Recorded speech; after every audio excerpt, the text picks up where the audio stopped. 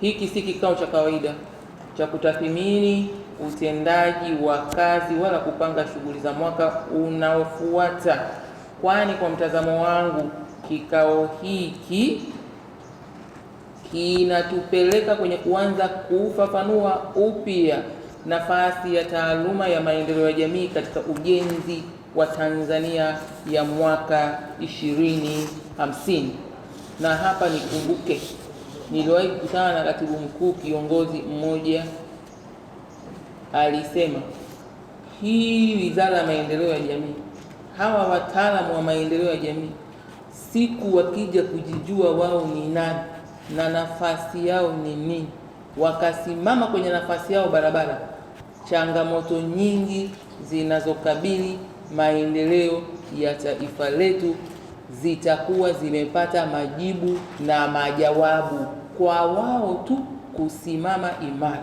Na ili wasimame imara, wanahitaji kuwezeshwa, kuwekewa mazingira mazuri ya kufanya kazi zao, na ndio maana tuko hapa kulifanya jambo hili.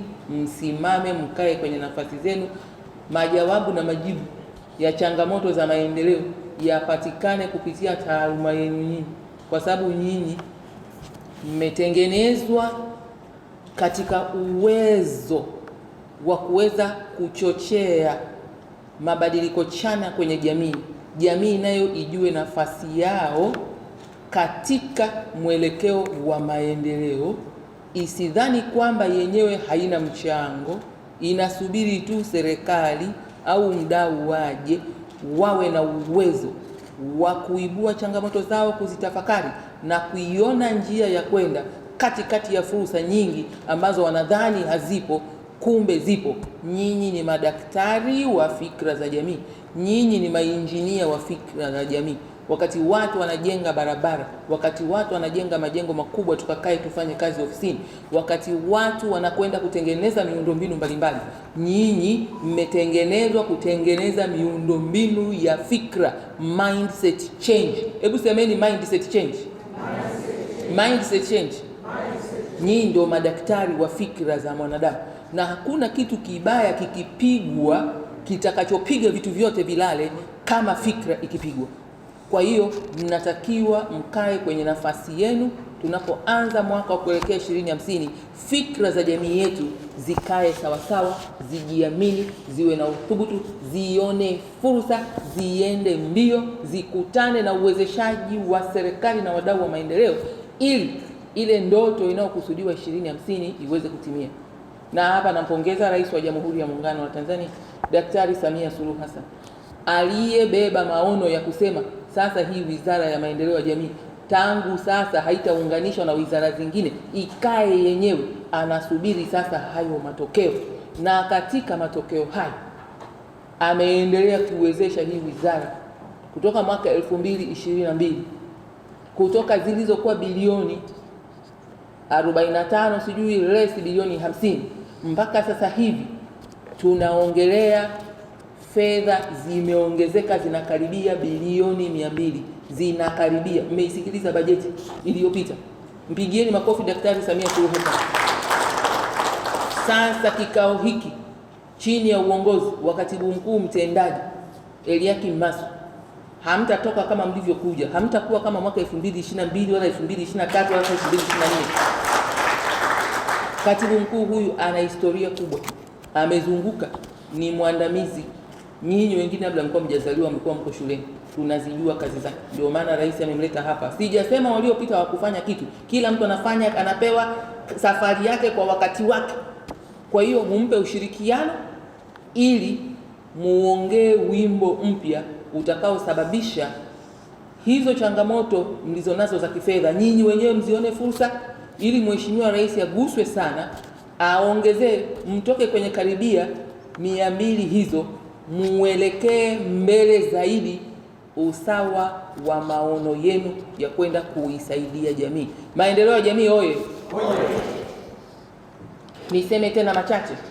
Mataifa makubwa duniani hayakujengwa kwa kuwekeza katika miundombinu pekee, yalijengwa kwa kuwekeza kwa makusudi katika watu wake. Watu wake, sema watu wake. barabara, reli, bandari, viwanda na teknolojia vinaweza kujengwa kwa muda mfupi, lakini kujenga jamii yenye maarifa, maadili, uzalendo, ubunifu na uwezo wa kushindana duniani ni kazi inayohitaji maono ya muda mrefu, uongozi madhubuti na taasisi imara. Hapo ndipo taaluma ya maendeleo ya jamii inapopata nafasi yake. Tukiangalia watu walivyo, ubora wa watu walivyo ni ubora wa fikra walizonazo kwenye mabega yao. Wakiwa na fikra hasi, hata hayo maendeleo tunayoyaona huku nje watayaona mzigo, hawatayatendea haki, hawatayalinda, watayaharibu, kwa sababu kuna mgogoro wa fikra. Wa kuzipanga fikra ziwe chanya ili waone hayo maendeleo yaliyofanyika ni hatua ya wao kwenda mbele zaidi. Ni sisi madaktari, mainjinia wa fikra za watu. Kwa hiyo tunatakiwa kujielekeza kwenye kujiuliza, watu wako katika mkoa huo, una mikakati gani ya kuwafanya wawe bora? Fikra zao zinawaza nini isivyo chanya, na wewe unawezaje kuwafanya wawaze ilivyo chanya? Ukiwa afisa maendeleo ya jamii mbobevu na unayependa kazi yako, huwezi ukaogopa mijadala na watu wa aina yoyote ile. Wewe unatakiwa uwe katikati ya watu, uwaone watu na watu wakuone wewe. Tukisha badilisha fikra, hata ushirikiano wao kwenye mambo mengine wasioweza kuyafafanua kwa tafsiri utakuwa bora zaidi, kwa sababu fikra ziko bora zaidi. Tusipokuwa wabadilishaji wa fikra za watu, watu watabadilishwa fikra na watu wengine wenye fikra hasi. Hapo ndipo kazi inapokuja. Sisi ndio wakusimulia tulipotoka, tulipo na tuendako. Hatutakiwi kuwa kimya. Sauti yetu inatakiwa iungurume kwa nguvu kila siku. Sasa una huo upako, una huo uwezo, unaweza ukatuambia ni vipindi vingapi ulivyoviadili wewe kwenye mkoa wako vya kutengeneza watu, au wewe unasubiri sherehe zifike za maadhimisho ndio utokezee? Baada ya hapo huna ajenda. Lazima tutoke hapa tukiwa tunaelewa nafasi yetu kuelekea 2050 kwa upya kabisa, na sina shaka kwa meza hii mnayoiona hapa, hili linakwenda kuwezekana kwa upana wake. Kwa muda mrefu baadhi ya watu wamekuwa wakitazama taaluma hii kama taaluma inayoshughulikia shughuli za kijamii pekee, lakini kuanzia sasa tunapaswa kubadili mtazamo huo. Katika utekelezaji wa Dira ya Taifa ya Maendeleo 2050, maendeleo ya jamii yanapaswa kuwa mfumo wa taifa wa kujenga mtaji wa watu, kuimarisha uchumi wa wananchi, kuhamasisha uzalishaji, kulinda mshikamano wa jamii na kuandaa Watanzania wenye uwezo wa kushindana katika uchumi wa dunia. Kazi hii isipofanywa, ndio pale ninapokutana na mtu mmoja online ananiambia, we mama, unaongea sana, mlinisomeshea nini mimi miaka 17? Nimefuzu, nina vyeti vyote, sina kazi, sijaajiriwa, siwezi kuajiri mwingine. Na mimi napomuuliza, wewe umesoma nini? Ananiambia nimesoma pharmaceutical sciences. Huna kazi? Ndio.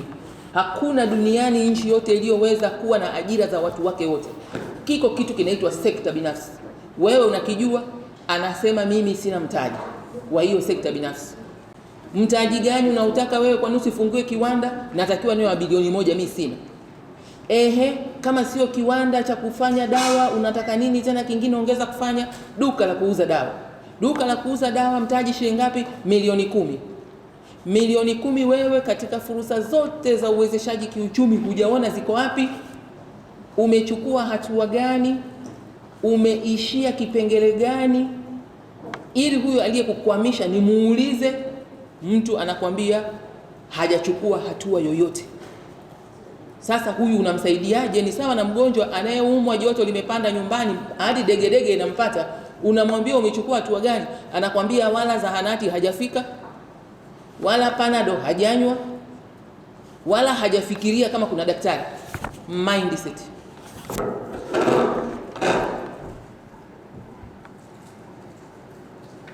Haya basi, wako Watanzania wengi hawana uelewa hata kuhusu matumizi sahihi ya dawa, wanatumia kiholela. Wewe kwa nafasi yako ulitokea lini kwenda kuwaelimisha hawa? Unajua malengo ya dunia 2030 yanataka nini? Unajua taifa letu kufikia 2030 nataka nini? Msomi anawezaje kuunganisha usomi wake na malengo ya dunia na malengo ya taifa, alafu akabadilisha mindset, akajiweka kwenye thamani ya kwamba mimi nakaa hapa nafanya hiki kuchangia kufika kule, ili nionekane katika dunia ambayo leo hata uwe kijiji gani, kwenye kichaka gani, utaonekana. Dunia inapotafuta watu wenye mawazo chanya na akili za kututoa hapo tulipo, watu hawa tunao wengi wenye akili nyingi za kutusaidia kututoa hapa tulipo kwenda mbele, lakini hawajawezeshwa kuona sawa thamani yao ili wajitoe watusaidie. Bado hawana ujasiri wa kutoka hapo, kwa sababu sisi maendeleo ya jamii tumeacha kusimama kwenye nafasi yetu ya kutengeneza watu, mawazo ya watu wapate tumaini jipya, wazione fursa. Mtakapotoka hapa, sina mashaka kazi mnaoenda kuifanya itajielekeza kwenye kubadilisha watu kutoka fikra hasi kwenda fikra chanya. Maendeleo ya jamii oye! Dira ya Taifa ya Maendeleo 2050 imetupatia dira mpya ambayo inapeleka taifa letu kwenye viwango vingine, lakini ni lazima tukubali ukweli mmoja muhimu, kuwa hakuna dira inayojitekeleza yenyewe. Dira hutekelezwa na watu, na watu hubadilika pale wanapopata uongozi, maarifa, motisha na mazingira sahihi ya kushiriki katika maendeleo yao. Ndiyo maana ninaamini kuwa mafanikio ya dira 2050 hayatategemea ukubwa wa bajeti pekee wala idadi ya miradi tutakayotekeleza. Mafanikio yake yatategemea uwezo wetu wa kubadilisha fikra, tabia na uwezo wa Watanzania kuwa nguvu kazi yenye maarifa, ubunifu, uzalishaji, uwajibikaji na uzalendo. Hili sasa ndio jukumu kuu la kada ya maendeleo ya jamii. Maendeleo ya jamii oye! Tunaweza leo tukajiuliza swali moja kubwa ambalo litakuwa msingi wa kazi zetu zote katika kipindi cha utekelezaji wa dira 2050. Tunataka Tanzania mwaka 2050 ijengwe na wananchi wa aina gani? Tunataka taifa lenye wananchi wanaosubiri serikali iwafanyie kila jambo, au taifa lenye wananchi wanaotambua kuwa wao ndio nguvu ya maendeleo? Je, tunataka jamii inayotegemea misaada au jamii inayozalisha mali, kutumia teknolojia, kuanzisha biashara, kuongeza thamani ya bidhaa na kushindana katika masoko ya kikanda na kimataifa? Je, tunataka familia zinazokabili changamoto bila uwezo wa kuzitatua, au familia zenye maarifa ya malezi, afya, elimu, nidhamu ya kazi na uwezeshaji kiuchumi? Majibu ya maswali haya ndiyo yatakayoamua kama dira 2050 itabaki kuwa waraka wa kitaifa au itageuka kuwa mabadiliko halisi katika maisha ya kila Mtanzania. Kwa hiyo ninataka leo tutoke hapa tukiwa na uelewa mmoja kwamba kazi ya afisa maendeleo ya jamii si kusimamia shughuli pekee, ni kuongoza mabadiliko ya watu, familia na jamii. Huu ndio utambulisho mpya wa taaluma hii katika Tanzania ya 2050. Hebu tuangalie maendeleo ya jamii kama injini ya mageuzi ya taifa na utekelezaji wa dira ya taifa ya maendeleo 2050. Ninapoitazama Tanzania ya mwaka 2050, sioni tu kama nchi yenye uchumi mkubwa au miundo mbinu ya kisasa, naiona kama taifa lenye wananchi wenye maarifa, wenye afya njema, wanaojitegemea kiuchumi, wanaozingatia maadili, wanaotumia teknolojia, wanaothamini kazi, wanaolinda mazingira yao na wanaoshiriki kikamilifu katika kujenga maendeleo ya taifa lao. Hakuna taifa linaloweza kufikia hatua hiyo bila kuwa na jamii iliyobadilika. Kwa hiyo maendeleo ya kweli ya taifa huanza kwa maendeleo ya watu, na watu wenye fikra sahihi. Maendeleo ya jamii oye! Haya maendeleo ya watu ndio msingi wa taaluma ya maendeleo ya jamii. Kwa maana hiyo, ninyi si wasimamizi wa programu za kijamii pekee. Ninyi ni wabunifu wa mabadiliko ya taifa. Ninyi ndio mnaoweka msingi wa kujenga jamii inayoweza kutekeleza dira ya taifa ya maendeleo 2050. Leo nataka tubadili kabisa namna tunavyoitazama taaluma hii. Kwa miaka mingi tumekuwa tukijipima kwa idadi ya mikutano tuliyofanya, mafunzo tuliyotoa au vikundi tulivyounda. Lakini kuanzia sasa, kipimo cha mafanikio hakitakuwa shughuli tulizotekeleza, bali mabadiliko tuliyoleta katika maisha ya wananchi. Tuongee lugha moja na wananchi, lugha ya maendeleo, lugha ya matumaini. Tutajiuliza, je, kipato cha kaya kimeongezeka? Tutajiuliza, je, vijana wameingia katika ajira na uzalishaji? Na ajira zenyewe kuna hizi za serikali na ajira binafsi. Tunawawekea mazingira gani kuwatoa pale walipo, kwamba sasa wewe unaweza ukafanyika mtu wa kujiajiri au kuajiri wengine? Au sisi tutakuwa wakuhamishaji, kila wakija kutafuta consultation, mtu anatoka hapa na kwenda hospitali ya taifa Muhimbili kutafuta consultation, aanze vipi kupambana na ugonjwa wake. Sisi je, tunakimbiliwa na watu wangapi? Wewe unawapa consultation watu wangapi? Au wewe mwenyewe umekwama na vyeti vyako hapo ulipo?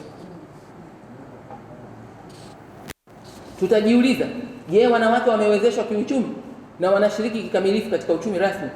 Je, familia zimekuwa imara zaidi au ndio zinazidi kubomoka kila siku? Maendeleo ya familia, ustahimilivu wa familia, ndio maendeleo ya jamii yenyewe yanaanzia. Manake malezi na makuzi yatakuwa bora pale. Kama familia zinazidi kugogoroana kila siku, maswali ya mgongano huko wa kijinsia, migogoro imeshamiri, ni kufeli kwa maendeleo ya jamii. Tunaleaje watu wetu? Watu wetu huko waliko wanajua hata maana ya malezi na makuzi ni nini? Je, watoto wanalelewa katika mazingira salama na yenye fursa?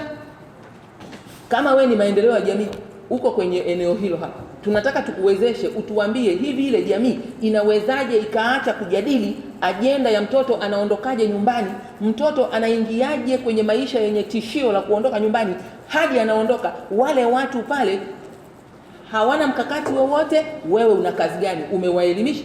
Mbona ng'ombe akipotea, punda akipotea, mtaa mzima haulali? Mindset yao ipo kwenye mali na vitu zaidi, kumbe mali muhimu zaidi ni huyo mtoto.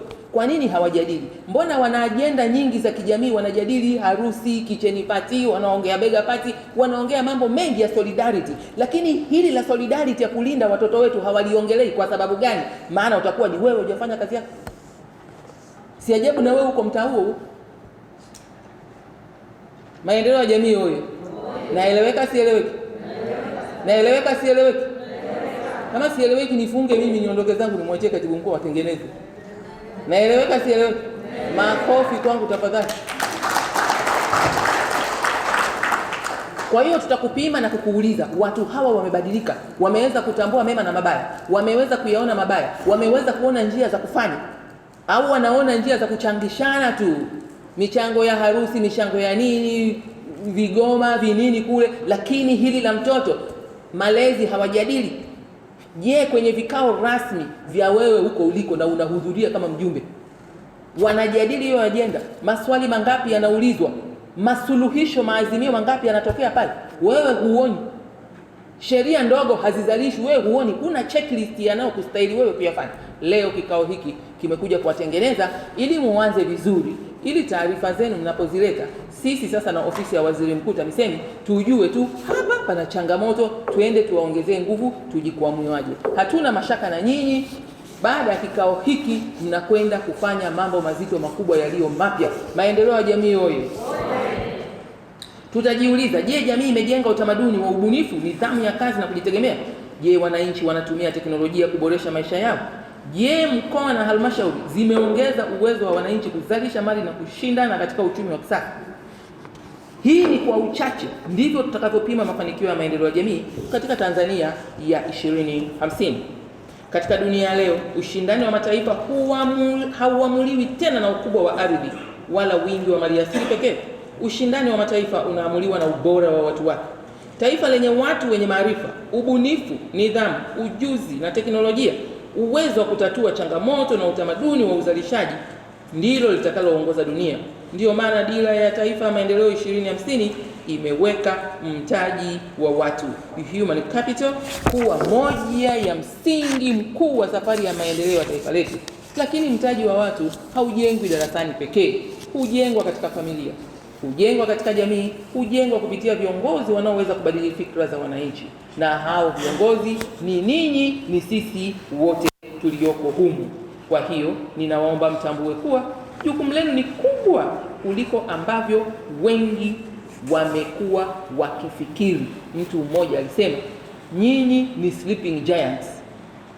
Ni sleeping giants ya kwamba mkiamka ukubwa wenu na ukuu wenu ukaenda sawa na maono ya Daktari Samia Suluhu Hassan, Rais wa Jamhuri ya Muungano wa Tanzania, aliyesema nataka kuwaona mabibi na mabwana maendeleo wa enzi zile waliofanya kazi baada ya taifa hili kupata uhuru, wakalipa direction. Sasa nyinyi muende mkaipe direction dira ya 2050. Maendeleo ya jamii oye! Kila afisa maendeleo ya jamii anatakiwa kuwa kiongozi wa mageuzi ya jamii, social transformation leader, katika eneo lake. Mnatakiwa kuwa viongozi wa kuhamasisha uzalishaji, kujenga uchumi wa kaya, kuunganisha wananchi na fursa za uwekezaji, kuimarisha ushiriki wa wanawake na vijana katika uchumi, kuhamasisha matumizi ya teknolojia na kuhakikisha hakuna mwananchi anayebaki nyuma katika safari ya maendeleo ya taifa. Tunaimba teknolojia. Watu wanafanya kazi zao kwa kutumia teknolojia. Kwanza hata wanazijua teknolojia zenyewe zinazowasaidia kufanya kazi zao. Hii teknolojia ya kidigitali, yale wanayoyafanya wanayaweka kule kwa uzuri yaonekane na watu wengine yaweze kufikiwa. Wana mitazamo gani? Wewe mwenyewe uko kidigitali, umeshajitransform? Ni maswali mnapaswa kwenda kujiuliza. Kuhusu mapinduzi ya fikra, mapinduzi ya fikra ndio mapinduzi makubwa zaidi kwenye hii dira 2050. Hakuna sera, mpango, sheria wala bajeti itakayoweza kubadilisha taifa ikiwa fikra za watu hazijabadilika. Mtaji wa kwanza wa maendeleo ni fikra. Semeni, mtaji wa kwanza wa maendeleo ni fikra chanya. Mabadiliko ya kweli huanza pale ambapo wananchi wanaanza kuamini kuwa maendeleo yao yako mikononi mwao. Kwa sababu hiyo, jukumu kubwa la maendeleo ya jamii katika kipindi hiki si kutoa huduma pekee. Jukumu kubwa ni kuongoza mapinduzi ya fikra, behavior change revolution. Tunapaswa kujenga jamii inayothamini zaidi kazi kuliko utegemezi, uzalishaji kuliko matumizi, ubunifu kuliko kusubiri, uwajibikaji kuliko lawama, maarifa kuliko mazoea, mshikamano kuliko migawanyiko, uzalendo kuliko ubinafsi. Haya ndiyo maadili yatakayowezesha Tanzania kufikia uchumi wa juu na ushindani wa kimataifa ifikapo mwaka 2050. Na hakuna kada nyingine yenye nafasi kubwa ya kujenga kuliko kada ya maendeleo ya jamii. Ili yote haya yatokee, kada ya maendeleo ya jamii inatakiwa ifahamu nafasi yake na ikae kwenye nafasi yake. Kwa hiyo ninatoa wito kwenu kuanzia leo, kila mkoa, kila halmashauri, kila kata na kila kijiji kiwe kitovu cha mabadiliko ya fikra za wananchi. Ni sawa na kusema tukikuta pale kwenye ile jamii kuna mambo sivyo ndivyo, mtu wa kwanza kuulizwa inshaji wa watu ni wewe. Umefanya nini? Unaona? Yakaja mambo ya nyeti. Nyeti zikawa nyeti zikachukua roho za watu. Wewe afisa maendeleo ya jamii, kazi yako sio kuwachukua wale tu kuwapeleka polisi na wengine kuwapeleka hospitali waliokuwa manusura. Ni kujiuliza hawa wamefikaje kwenye fikra hizo? Walipoanza hizo rumors ulikuwepo?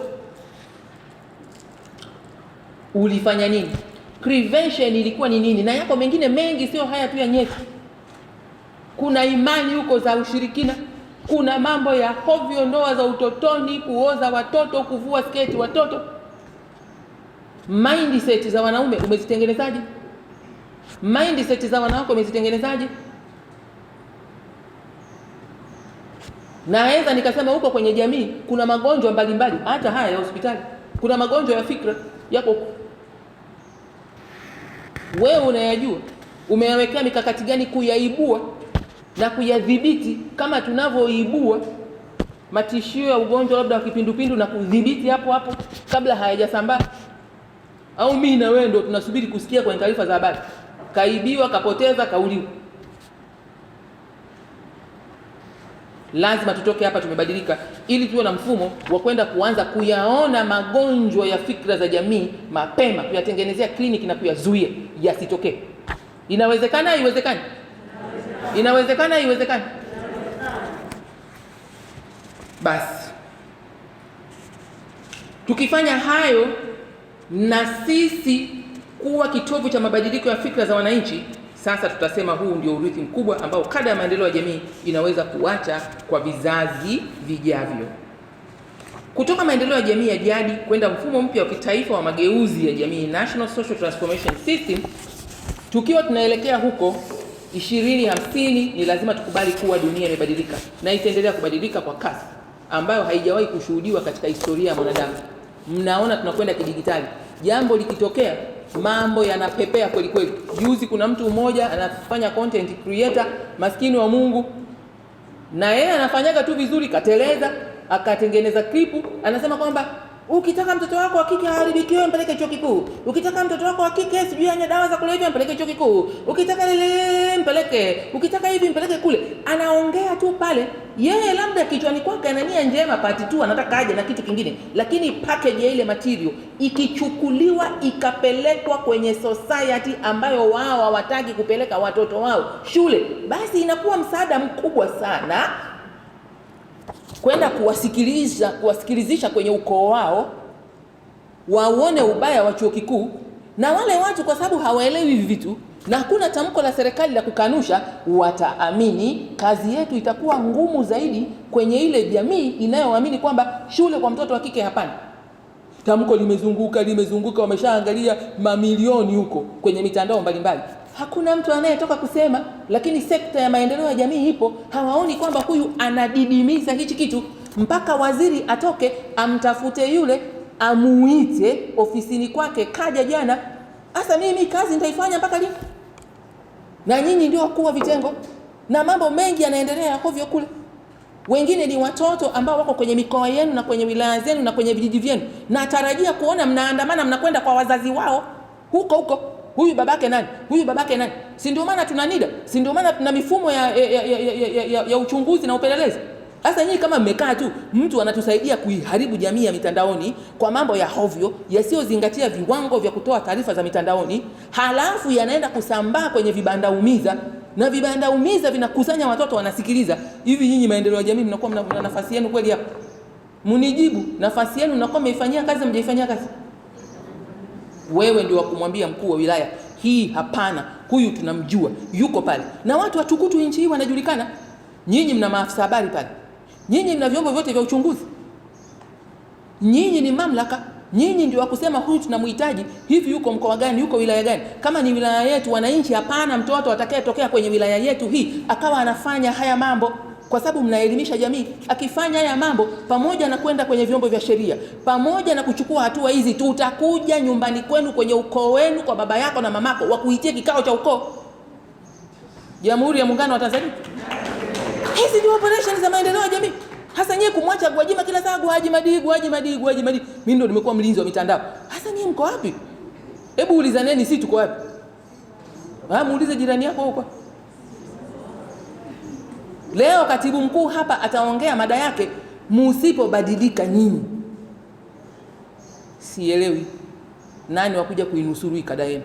Hapa akiongea leo, wote mubadilike, mkae kwenye nafasi zenu. Muniondoe mimi kuwa waziri wa micro kukimbilia vitu. Si kwamba napenda, ni kwa sababu nyinyi mmelala usingizi. Sema tumelala usingizi.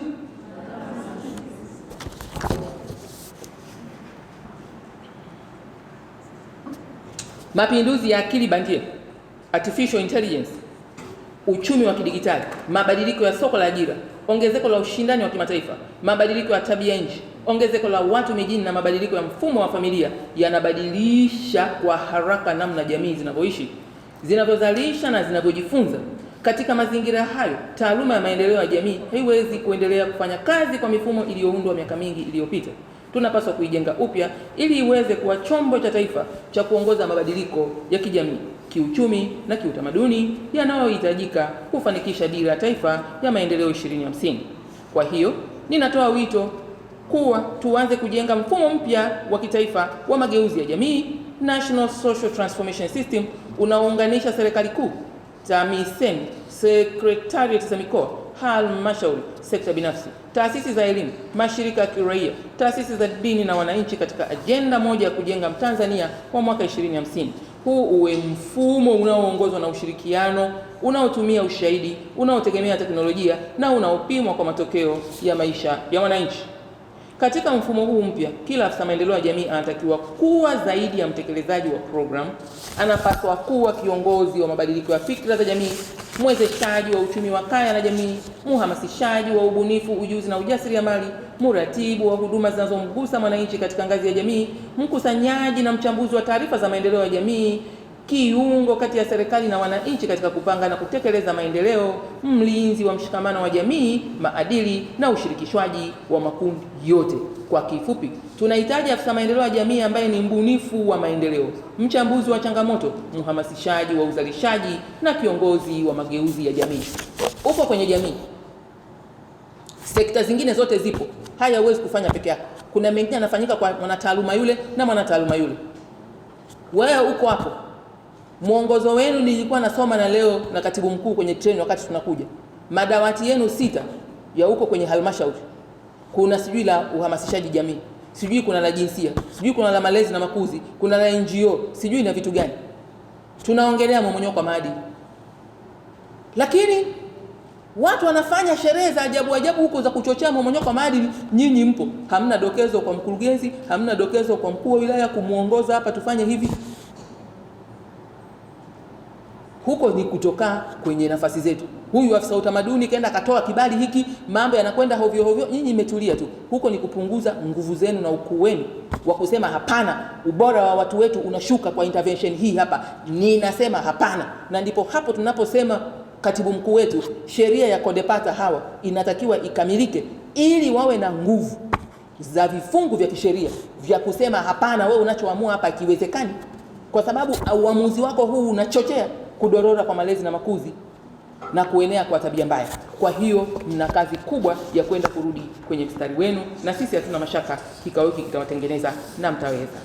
Nimalizie kwa kusema mapinduzi ya kidigitali katika maendeleo ya jamii ni eneo ambalo pia mnatakiwa mliangazie. Dira 2050 haitafanikiwa ikiwa maendeleo ya jamii yataendelea kutegemea makaratasi, taarifa zisizounganishwa na maamuzi yasiyotokana na ushahidi. Ni wakati sasa wa kuhamia katika zama mpya za digital community development.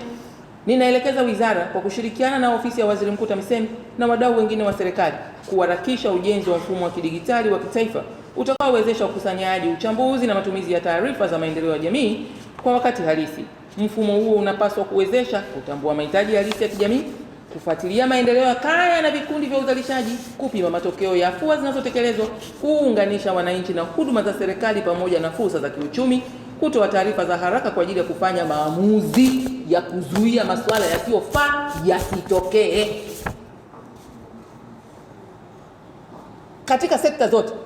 Mtu mwingine anakwenda anajifichia kwenye chaka la imani, anaanza kusema kwamba binti yako mwanamke akienda huko kwenye taasisi fulani ya kiimani marufuku kumkataa kiongozi wa taasisi anayemtongoza. Mambo gani haya? Na nyinyi mpo huko, sio ndo wataenda wazalishwe darasa zima fikra.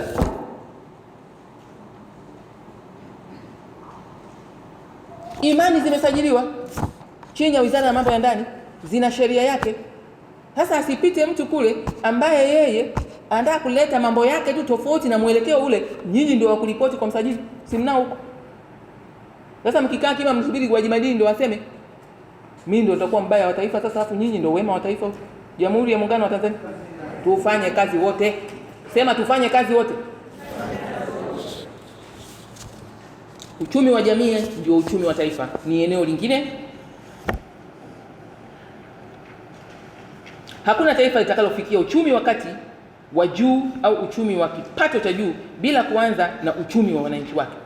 Kwa hiyo jukumu la maendeleo ya jamii halipaswi kuishia katika kuunda vikundi. Jukumu lenu ni kujenga uchumi wa kaya unaozalisha, unaoongeza thamani na unaounganishwa na masoko. Tunapaswa kusaidia wananchi kutoka kwenye shughuli zisizo na tija kwenda kwenye shughuli za uzalishaji wenye tija, na tufungue milango, tusiwe vikwazo. Mimi naingia tena TikTok siku za hivi karibuni, watu wanalalamika, wanakuja huko wanaamini kwamba sijui mnayowaambia hawaelewi au hamuyasemi sawa sawa, wanaamini kwamba wanakwamishwa, kuna bureaucracy. Mimi nataka niwaombe watu 50 wajitokeze, waliokuja, waliofika wakakamisha, afu tuje tufanye resolution tuangalie, nimpe katibu mkuu, ili wewe kama ulikwamisha mtu huko uje utueleze. Maana wako wengine ambao nimefuatilia mimi mwenyewe wakafanikiwa kutoka hapo. Sasa bila mimi kufuatilia, kwa nini walikuwa hawatoki? Na ushahidi ninao. Kwa hiyo inaweza ikawa katikati yetu wengi ni wazuri, lakini wachache wanatuharibia. Nimesikia hapa kuna kiongozi wa mwenyekiti wakuu wa vitengo. Uko wapi? Simama mpigie makofi. Hiyo ndio kazi yako, kutueleza nani huyo anayelalamikiwa sana. Sio tu uwe mwenyekiti, muwekeane na kanuni, usituaibishe. Uwe daraja la kufanikisha, sio daraja la kukwamisha. Kuanzia hapo mkoani mpaka huko chini. Unaweza hiyo kazi? Kila kiongozi anatakiwa na dira na mwongozo. Makofi kwa. Mumemwona amesimama kikamanda kabisa. Hebu simama tena, shtua ulivyoshtua. Unaweza uwezi? Makofi kwa. Kwa hiyo katibu mkuu nikuombe, hawa ambao wanapewa huu uongozi wawezesheni, wapelekeni semina ili watu waache tu kusema nimechaguliwa, nimekaa hapa. Ajue umenichagua, nimekaa hapa kisawasawa, na wewe ukae kisawasawa, kwa sababu kanuni yetu inasema hivi. Inawezekana? Haiwezekani? Hivyo basi tunapaswa kusaidia wananchi kutoka kwenye shughuli zisizo na tija kwenda kwenye uzalishaji wenye tija. Hata kumwambia mawazo, wewe kwa elimu ulionayo unaweza ukafanya hivi. Hebu oanisha na dira 2050, oanisha na malengo ya kufika 2030, oanisha na malengo ya dunia 2030. Wewe unaweza ukaingia hapa ukafungua taasisi hii hapa, mpe mawazo, ikaanza kufanya 1 2 3 4 kwenye eneo lako. Mwisho wa siku fungua mtandao wa kidigitali, kwa kuposti kazi zako pale, dunia yote itakuona wewe kutoka kijijini. Sisi tutakusapoti. Hizo kazi zako zikionekana, kwanza utakuwa na wafuasi mtandaoni, watakupa maua, utaanza kupata hela. Watu wanapata hela mtandaoni hawapati? Wanapakia mambo mabovu, wanapata hela. Ukipakia mambo mazuri utapata hela kweli? Utapata hela au upate? Huo ni uchumi wa kidigitali ambao upo nje. Lakini watu hawana ajenda. Wabebesheni ajenda, waongozeni, wasaidieni. Ataonekana wa maana, huko ataanza kukua na kuaminiwa na kuwezeshwa. Tunapaswa kuunganisha na mafunzo, teknolojia, mitaji, masoko na huduma za kifedha. Tunapaswa kuhakikisha wanawake, vijana na makundi maalum wanakuwa sehemu ya uchumi rasmi na wanachangia kikamilifu ukuaji wa taifa. Kwa kufanya hivyo, tutakuwa sio tu tunapunguza umaskini, bali tunapanua wigo wa uzalishaji, mapato ya kaya na uwezo wa taifa kushindana katika uchumi wa kikanda na wa dunia. Hiyo ndiyo maana halisi ya maendeleo ya jamii kwa Tanzania 2050. Maagizo 10 ya kihistoria ya waziri kwa wakuu wa vitengo vya maendeleo ya jamii kuelekea dira ya taifa 2050. Nikisoma huu kurasa na malizia kwa wakuu hapa, ninafungua kikao chenu na kuwa naendelea kwa ratiba nyingine. Munisikilize. Tunapohitimisha kikao hiki, napenda kuachia maagizo ambayo natarajia yatakuwa msingi wa namna mtakavyoongoza kada ya maendeleo ya jamii katika kipindi cha utekelezaji wa dira 2050 ya maendeleo ya taifa. Haya si maagizo ya mwaka mmoja wala ya mpango mmoja wa utekelezaji. Haya ni maagizo ya kimkakati yatakayopaswa kuwa sehemu ya utamaduni mpya wa utendaji wa kada ya maendeleo ya jamii nchini. Kwanza, badilisheni fikra kabla ya kubadili miradi. Mbadilishe fikra kabla ya kubadili miradi. Hakuna maendeleo endelevu yanaweza kupatikana bila kubadilisha namna wananchi wanavyofikiri kuhusu maendeleo yao. Tutakwama tu. Kwa hiyo kila mkoa uwe na mkakati wa makusudi wa kuhamasisha jamii kujitegemea, kuthamini kazi, uzalishaji, ubunifu, nidhamu na uwajibikaji. Msiwe viongozi wa shughuli, kuweni viongozi wa mabadiliko ya fikra. Kila mwaka tunazindua mradi mpya. Tatizo sio mradi, tatizo ni wale watu wameshindwa kushabihiana na ule mradi, fikra zao huku mradi kule. Tunakuja na matoleo kila siku, hatutoki. Wangapi wamenielewa? Mukacheze na fikra za watu. Hakunaga mradi mbaya. Kuna watu wanapofikiria tofauti na kusudi la mradi, hawauoni. Anakuja mtu anayewafikirisha watu sahihi, mradi unasimama. Pili, pimeni matokeo ya maisha ya wananchi, si idadi ya shughuli mlizotekeleza. Kuanzia sasa, mafanikio ya maendeleo ya jamii hayatapimwa kwa idadi ya semina, mikutano, huasha au vikundi vilivyoanzishwa. Yatapimwa kwa ongezeko la kipato cha kaya, ajira za vijana, ushiriki wa wanawake katika uchumi, uimara wa familia, usalama wa watoto na uwezo wa wananchi kushiriki katika uchumi rasmi. Wananchi wanahitaji kuona maisha yao yanabadilika. Hiki ndio kipimo cha mafanikio yetu, na si kwamba watu hawana juhudi, si kwamba watu hawahangaiki. Wanaweza kawa wanahangaika tofauti na mwelekeo wa fursa. Hawaelewi. Mimi naongea vitu kwa ushahidi, mambo kwa ushahidi. Nimeingia TikTok juzi. Wamekuja pale watu kama 100,000 na rekodi ziko mkasikiliza. Na wauliza, hebu nyinyi mnafahamu mnyororo wa uwezeshaji wa kiuchumi wa nchi hii umejengwaje? Nani anitajie uko chini ya nini? Wameshindwa kusema baraza la uwezeshaji wananchi kiuchumi katika ngazi ya taifa ni nini? Mmoja yule pale anasema mimi kiongozi sijui wa vijana sijui wilaya gani. Yeye hata wizara hazijui. Anasema kuna wizara ya mipango miji ndio ina hizo fursa. Sasa wizara ya mipango miji waziri wake nani mimi hata sielewi. Kwa hiyo vijana wako kule mtandaoni wanaongea yao tu. Hawana mtu wa kuwapanga waongee yaliyo sahihi. Hapa ndio tunapopishana. Fikra zimebeba nini? Lakini mambo yako vizuri tu. Kama tutayaoni sisi na kuyapeleka kule, hapa ndipo tutakapoweza kuwa tumetimiza hili jukumu la kupima matokeo ya maisha ya wananchi, si idadi ya shughuli tulizotekeleza. Tumezindua, tumeenda, amefungua, amehitimisha. Twende tukazindue na kufungua na kuhitimisha kwenye fikra za wananchi. Wananchi watakwea tu ngazi. Huyu mama anajua kupika keki. Huyu mama anajua kusuka. Huyu baba pale ni shushaina. Hazielewi fursa, anajua azimuhusu. Kwa sababu daktari yule hajampa elimu ya kutosha kwamba hapa ulipo utatoka. Ili utoke fanya hivi. Dada mmoja wa Arusha huko TikTok anaitwa nani sio? Miabi. Yeye na mamake wote wamekaa wanasikitika. Yeye mwenyewe ana duka la nguo anauza, mamake anafanya shughuli gani? Na wauliza nyie NIDA mnayo? Hatuna NIDA. Ila mama anayo, wewe sina. Mumeenda huko kwa serikali ya mtaa kusajili kupata barua ya utambulisho wa biashara yenu? Hawajaenda, lakini wako TikTok wanalalamika serikali hii haifai, mbaya sana, hata fursa hazipo. Sasa fursa nazipataje? Hata barabara ya kukwea afike kule hamna. Wewe uko mkoani, watu wako wa mkoani wanataka kukusikia wewe kama afisa maendeleo ya jamii. Akaunti yenyewe huna ya maendeleo ya jamii online. Hiyo ya rasi imefunguliwa, hakuna app yako pale. Tunawatoaje hawa watu? Wanasubiri Gwajima aongee mara moja kwa mwezi na Mheshimiwa Rais aongee mara moja ndio wamsikilize. Hatutaweza. Lazima kila mtu apaze kwa sauti. Naeleweka sieleweki? Mabadiliko ya fikra yaanze na sisi. 3, jengeni uchumi wa jamii unaozalisha thamani.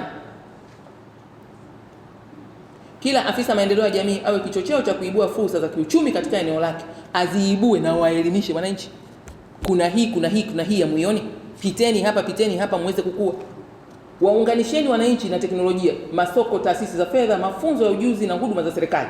Hawazijui, hawazielewi. Hamna clubs za kusimulia hizo fursa. Radio za mikoa zipo, ongeeni hata kilugha yao. Lengo letu si kuongeza idadi ya vikundi pekee. Lengo ni kujenga biashara endelevu, kuongeza thamani ya bidhaa na kuongeza kipato cha wananchi. 4, tengeni mfumo wa maendeleo ya jamii unaotumia teknolojia na data. Maamuzi ya kesho hayawezi kufanywa kwa taarifa za jana. Ni lazima tuhamie katika matumizi ya mifumo ya kidigitali inayotuwezesha kujua hali halisi ya jamii, kupima maendeleo kwa wakati halisi na kufanya maamuzi yanayotokana na ushahidi.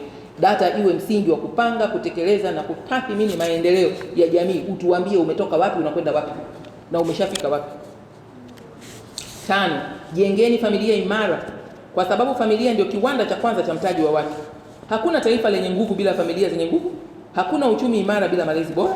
Hakuna maendeleo bila watoto wanaokulia katika mazingira salama yenye maadili na yanayowapa fursa za kufikia uwezo wao.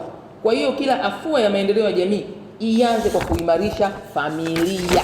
Bila familia hutaweza. 6, hakikisheni hakuna Mtanzania anayebaki nyuma katika safari ya maendeleo. Dira 2050 inalenga maendeleo ya jamii.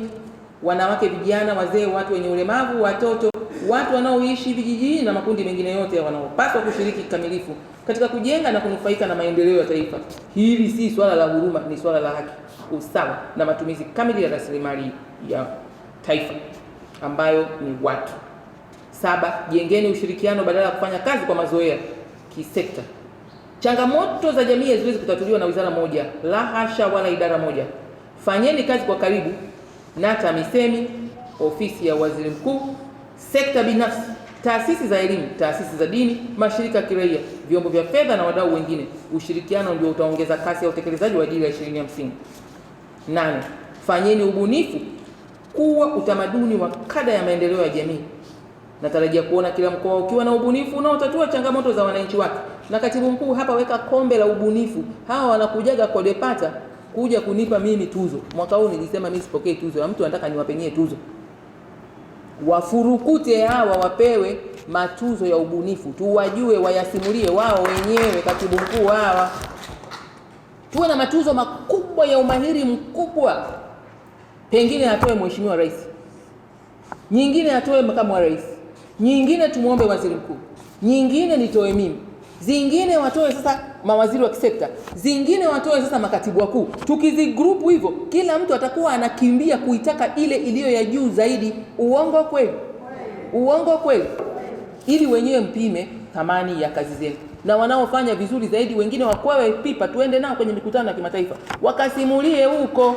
Wamekaa tu nchini, hawajui kuna dunia huko, watu wana mimi na maneno walioyafanya na kuiambia dunia, na mimi nilizaliwa sio kutalii tu kisha nilale milele. Nimekuja na sababu na kusudi. Sema nimekuja na sababu na kusudi. Tusiridhike kufanya mambo kwa namna yalivyokuwa yakifanyika miaka iliyopita. Tafuteni njia mpya, teknolojia mpya, mbinu mpya na mifumo mpya ya kuwahudumia wananchi. Taifa litakaloshinda mwaka 2050 ni taifa linalojifunza na kubuni kila siku. 9. Linda uadilifu, maadili na uwajibikaji katika kila uamuzi. Mnaposimamia rasilimali za umma, mikopo, miradi na programu mbalimbali, zingatieni sheria, kanuni na maadili ya utumishi wa umma. Uadilifu ndio mtaji mkubwa wa taasisi yoyote. Bila uadilifu hata mipango mizuri haiwezi kuzaa matokeo. Kwenye familia yako kama una watoto wote, wewe na mke wako hamna uadilifu, hii hamwezi kusogea. Wazazi wanatafuta hapa, mtoto anadokoa hapa, anakwenda kuchezea huko. Kuna maendeleo hapo? 10. Kuwa kiongozi wa mabadiliko, si msimamizi wa utaratibu. Historia haitawakumbuka kwa sababu mlifuata taratibu pekee. Historia itawakumbuka kwa sababu mliongoza mabadiliko yaliyoboresha maisha ya Watanzania. Ninataka kila mkuu wa kitengo cha maendeleo ya jamii arudi katika mkoa wake akiwa na maono mapya, ari mpya na dhamira mpya ya kuifanya dira ya taifa ya maendeleo 2050 ionekane katika maisha ya wananchi. Kila mkoa uwe mfano wa ubunifu, kila halmashauri iwe kitovu cha uwezeshaji wa wananchi, kila kata iwe kitovu cha uzalishaji, kila kijiji na kila mtaa uwe kitovu cha matumaini mapya, na kila afisa maendeleo ya jamii awe alama ya uongozi unaobadilisha maisha ya watu. Na kwenu ofisi ya waziri mkuu TAMISEMI uko hapa. Nimeongea na Mheshimiwa Profesa Riziki Shemdoe, mbunge, waziri wa nchi, ofisi ya waziri mkuu TAMISEMI. Tena nimeongea naye sio mara moja. Hapo kwenye idara yenu tunataka kuona mna influence agenda za maendeleo ya jamii na ustawi wa jamii zinapatikana kuwasilishwa kama sehemu ya taarifa kwenye ODC. Na tunaanza ziara kwenda kuangalia mwaka jana ngapi ziliwasilishwa, kwa sababu kama tunayaongea haya yote hamna engineering ya taarifa inayoingia kwenye ODC. Tumefeli kuanzia chapter ya kwanza. Zinaingia kwenye CMT, zinaingia kwenye kamati za baraza la madiwani, kamati za kudumu za baraza la madiwani, zinaingia kwenye baraza la madiwani lenyewe, zinaingia kwenye kikao cha mkuu wa wilaya DCC na RCC. Tukiyaona hayo tutajua kwamba wizara inayofanya utekelezaji ya tawala za mikoa na mamlaka za serikali za mitaa imefanya wajibu wake, na sisi tutaweza kurekebisha sera na miongozo ya kisera kutokana na taarifa zinazotufikia. Na Mheshimiwa Profesa Shemdoe amesema iko taarifa ambayo inawasilishwa na wakuu wa mikoa kwenu kila mwezi. Tunataka kuona humo tumo. Tunataka kuiposition hii wizara ikae kwenye nafasi yake. Tukiongea hapa tunaongea na ODC zote, kata zote. Sasa nyinyi waandaaji wa taarifa, muende sasa mkafeli huko. Mlitaka kitengo mkoani, Mheshimiwa Dr. Samia Suluhu Hassan, Rais wa Jamhuri ya Muungano wa Tanzania amewapa. Mlitaka idara, mmepewa. Sasa KM, baada ya uwezeshaji wako leo, ni checklist iandaliwe. Hawa tunawapimaje? Wazuri tuende nao, wale ambao wameshindikana ndio uwezo wao wa kuelewa umeishia hapo, watafutiwe nafasi nao wastahili wakakae hapo, waweze kwenye kidogo ambacho Mungu amewajalia. Nimeongea mengi, KM naye ataongea mengi, kwa sababu mimi kama waziri wa sekta ninafungua safari ya kuelekea dira 2050 ya maendeleo ya taifa kwenye sekta yangu. Baada ya hapo nitaitwa hapa kuja kuona taarifa ya baada ya uwezeshaji mmeniletea nini, ili nikamwambie Daktari Samia Suluhu Hassan, Rais wa Jamhuri ya Muungano wa Tanzania, ile wizara uliokuwa unaiota kwenye ndoto zako na maono yako, sasa ni hii hapa, matokeo yake ni hii hapa. Nimefanya kazi yangu ya kuweka maono na mtendaji amefanya kazi yake ya kusimamia, na haya ndiyo matokeo, ili mnapomualika zile barua zenu niwe na ujasiri wa kumwambia hakika Mheshimiwa Rais njoo, wimbo mpya unaimbwa hapa. Nani kama Dr. Samia Suluhu Hassan? Sio wimbo wa washa, sio wimbo wa makongamano, ni wimbo wa mabadiliko ya watu wa taifa hili kuelekea dira 2050. Mkinifanya niweze kuwa na ujasiri wa kumwomba Mheshimiwa Rais aje kwenye mikutano yenu mnaomuomba kila siku, hapo tutakuwa tumemtendea haki sana. Ndugu zangu, nitakapomaliza mkubali kuondoka na ujumbe mmoja wa mwisho. Miaka 25 ijayo, historia haitahukumu kizazi chetu kwa idadi ya mikutano tuliyofanya, washa tulizoendesha au taarifa tulizoziandika. Historia itatuhukumu kwa aina ya taifa tuliloliachia vizazi vijavyo. Je, tuliwaachia taifa lenye watu bora wanaojiamini, wenye fikra sahihi? Nimefungua kikao kazi hiki. Asanteni kunisikiliza na Mungu awabariki sana.